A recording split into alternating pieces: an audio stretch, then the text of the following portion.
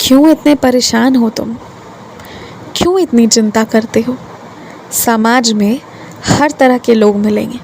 तुमसे ऊपर भी बहुत लोग मिलेंगे, तुमसे नीचे भी बहुत लोग मिलेंगे।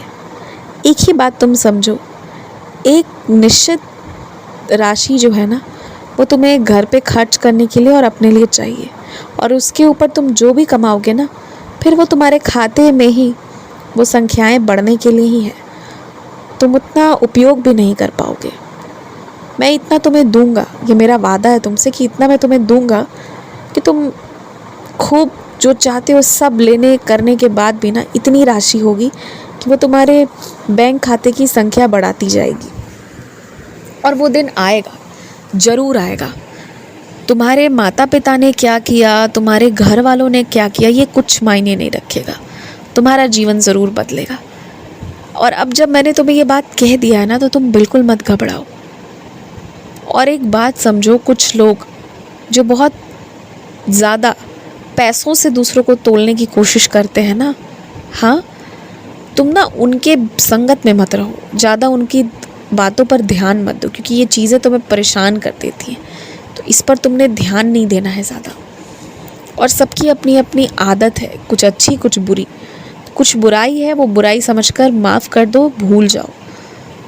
ज़्यादा इन विषय पर चर्चा मत करो, अन्यथा परेशान हो जाओगे। और परेशान क्यों होना है? मैं बैठा तो हूँ सब कुछ देने के लिए। हर एक चीज़, हर एक सुख मैं तुम्हें दूंगा।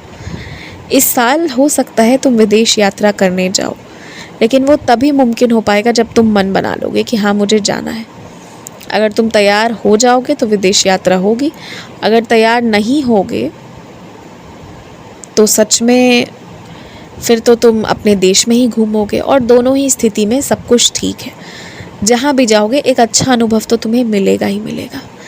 लेकिन मैं तुम्हें अभी कह रहा हूँ, मैं तुम्हें पिछले कुछ दिनों से बार बार कह रहा हूँ कि इस साल तुम कुछ जगहों पर घूमने जाओगे। दोनों चीज़ें होंगी, घूमोगे भी और कुछ तीर्थ स्थल के दर्शन भी होंगे। तो इसके लिए अनिवार्य रूप से ना तुम देख समझ कर ज़रूरत की चीज़ें ही खरीदना, क्योंकि फालतू की चीज़ें खरीदोगे तो यात्रा से पहले फिर एक बड़ी खरीदारी करनी होगी। तो सोच समझ कर खरीदारी करना। कुछ ऐसे कपड़े ज़रूर रखना जो तीर्थ स्थलों पर पहनो।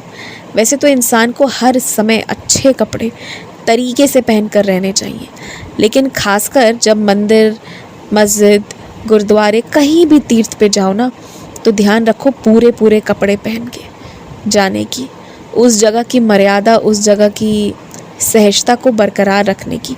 याद रखो, जो गुरु का घर है ना, वहाँ सबसे अच्छे और सबसे अनुशासित तरीके से जाना चाहिए, जिसमें तनिक भी अभद्रता नहीं होनी चाहिए। इसीलिए पूरे पूरे कपड़े पहन कर जाओ। और घर पे जो छोटे बच्चे भी हैं ना, उन्हें भी आदत लगाओ कि बहुत तरीके के कपड़े पहने। अब बहुत छोटे हैं, एकदम पूरे पूरे नहीं भी पहन सकते हैं, तो भी तरीके के कपड़े पहने। ये चीज़ शुरू से नियम बना कर रखो। ये एक अच्छा संस्कार है जो अपने घर के बच्चों में तुम्हें डालना है।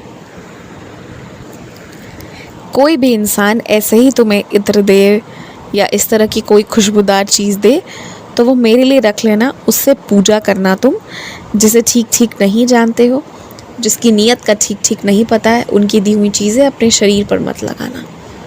ध्यान रखना मेरी बातों का। आयुष्मान भव।